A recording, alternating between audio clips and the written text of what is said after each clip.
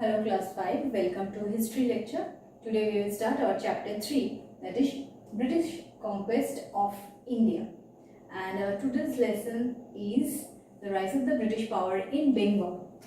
That is how the British rose to power in Bengal. In our last chapter we have dealt with the battles that were fought in Bengal, and we will see that how these battles actually paved the way for the mastery of the British or the English East India Company in Bengal. So first we have seen that the Battle of Plassey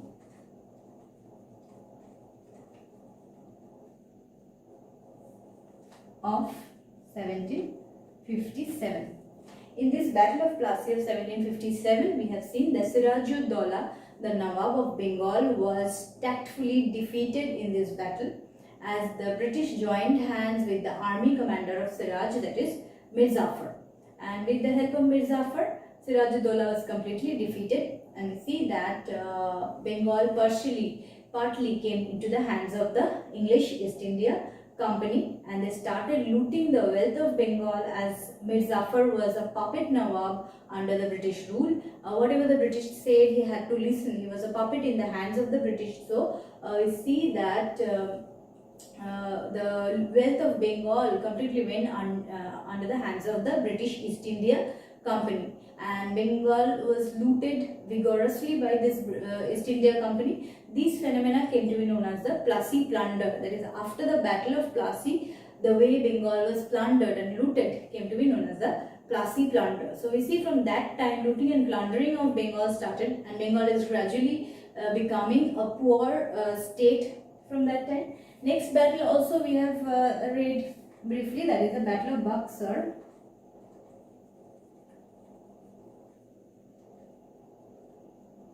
It was fought in 1764. In 1764, in the Battle of Buxar, what happened? We see Mir Qasim was the ruler during this time, and Mir Qasim did not like this interference of English in the matter of administration. He did not want it to be a puppet in the hands of the British, so he joined hands with the Nawab of Awadh, Shuja-ud-Daulah, and also he joined hands with Mughal Emperor Shah Alam II. So this battle, the Battle of Buxar, is very important because during this time not only Bengal is involved in this battle, but Nawab of Awadh is also important, and along with that the Mughal Emperor, that is the Emperor of India, Shah Alam II, was also involved in this battle. So what we see is that we know that in this battle also, in the Battle of Buxar in 1764 also, the British defeated the Indian powers, that is the English East India Company defeated the Indian powers.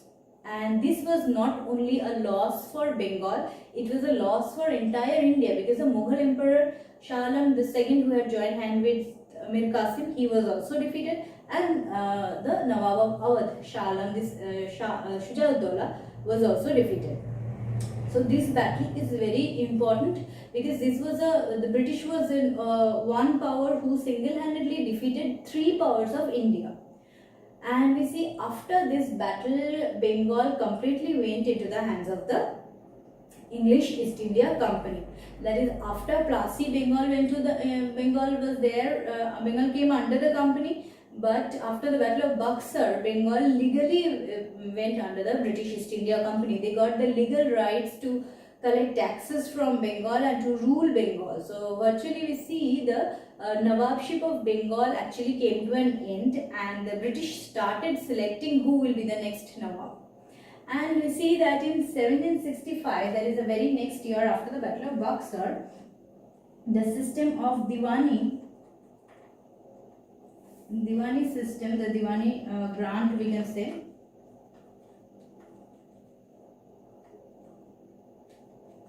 was given to the British. In 1765, the grant of Diwani was given to the British, that is the English East India Company. Now what is this grant of Diwani?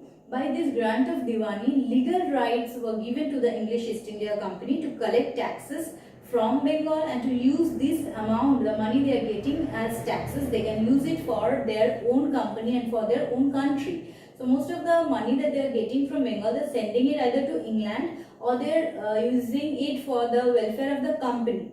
But they are not doing anything basically for the welfare of the people of Bengal or for the welfare of the people of India. So we see this grant of Diwani is very important because they got the right to collect revenue or the right to collect taxes from the people of Bengal. Moreover, we see that they also got Awadh, and with the payment of a minimum amount of rupees, they got the entire Awadh. And we see that during this time, Bengal does not meant only Bengal. Bengal Subha meant Bengal, Bihar and Orissa. So it was a huge area, and the British East India Company got the right to collect taxes from this entire region of Bengal Subha, that is Bengal, Bihar and Orissa. So 1765 marked a very important change in the history of Bengal as the grant of Diwani was given to the English East India Company by the Mughal Emperor Shah Alam II, who was defeated and had no option but to give this grant to the British. Now we see that in this year only, that in 1765, the British started the system of diarchy.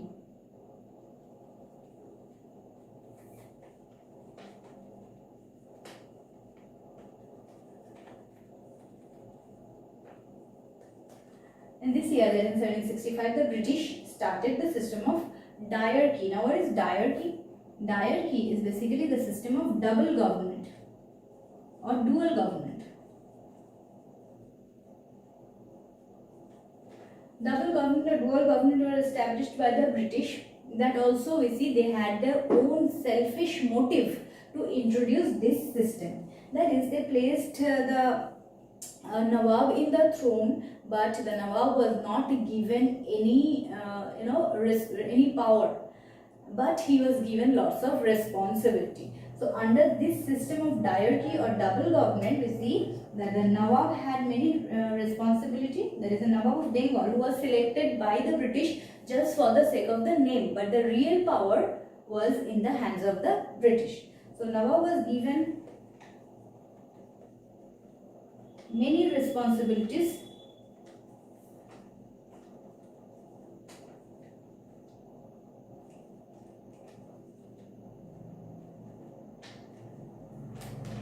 without any power.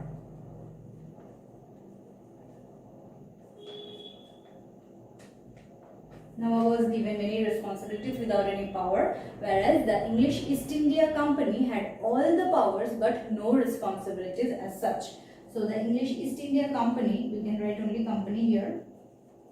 By company, we means the English East India Company, which was the only company ruling during this time, because we have seen that the French were defeated in the Carnatic War, and after that the French dream of setting up an empire in India was shattered. So the French people are not there. Now the only power or the only company that is there in India is the English East India Company. So company got all the powers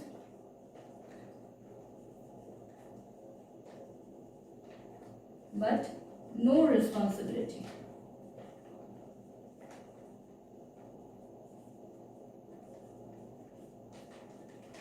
So what we see is that during this time the Nawab was given all the responsibilities but no power, and on the other hand the company got all the power but no responsibility. So in this situation, what happened, the administration of Bengal was obviously not proper, because whatever taxes and money they are getting, they are using it for the development of the company and sending it to their own country, that is in England. But they are not doing anything for the Indian people or for the people of Bengal. So from this time we see that Bengal is becoming a poor state, and during this time the peasants and the farmers were suffering a lot due to the inefficiency and ignorance of the British people. They are completely ignoring the welfare of the Indian people. Now in this situation, what we see is that in 1769, the Great Famine of Bengal broke out. In 1769, the Great Famine of Bengal broke out. This famine of 1769 is very important in history, because due to this famine Bengal suffered huge loss. That is, almost 1/3 of the people were killed In spite of that, we see that the British people, or the company, British East India Company, which was ruling during this time in Bengal, they did not take any measure to help the Indian people. Rather, they continued taking taxes from the people of India.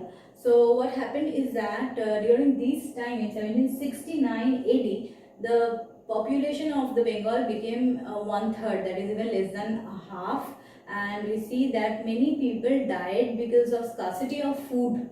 It is said that it was an artificial famine only because the revenue or the tax was so high that the people could not pay the taxes, and they could not produce their crops, they could not grow their crops, and they fled from the village and were trying to go somewhere else in cities. So this famine took a huge toll in Bengal, and Bengal suffered a huge loss. And we see that during this time, as the company was also declining, the British government, that is from England, started taking control of the company. And we see that India was a very lucrative, very profitable place for them. They are getting huge profit from India, so they did not wanted to leave India, and especially Bengal, which was very rich during that time. Now these people, that is a company which is declining, got help from the British government, and we see that a governor was appointed, and the country, that is this country India, was under this governor. Now British Parliament passed the Regulating Act .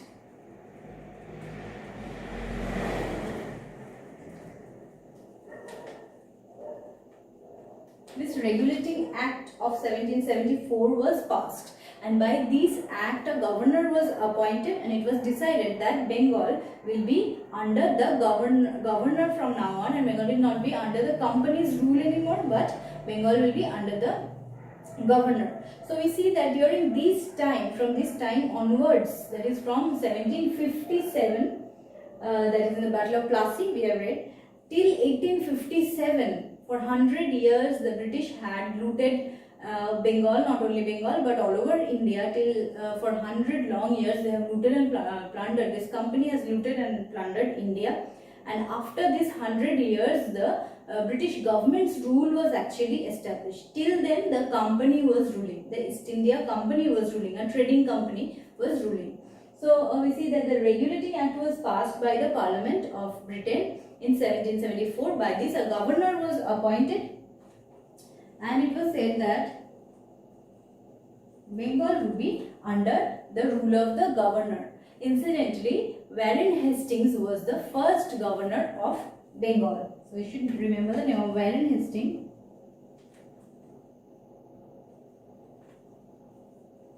Warren Hastings was a very good administrator, and he was quite successful in his administration. So we see that he introduced many reforms and changes, but we see Bengal was looted, and there was no welfare or good work done for the people of Bengal. Mostly we see that they were doing good for the people of Britain, or for their own country and for their own company.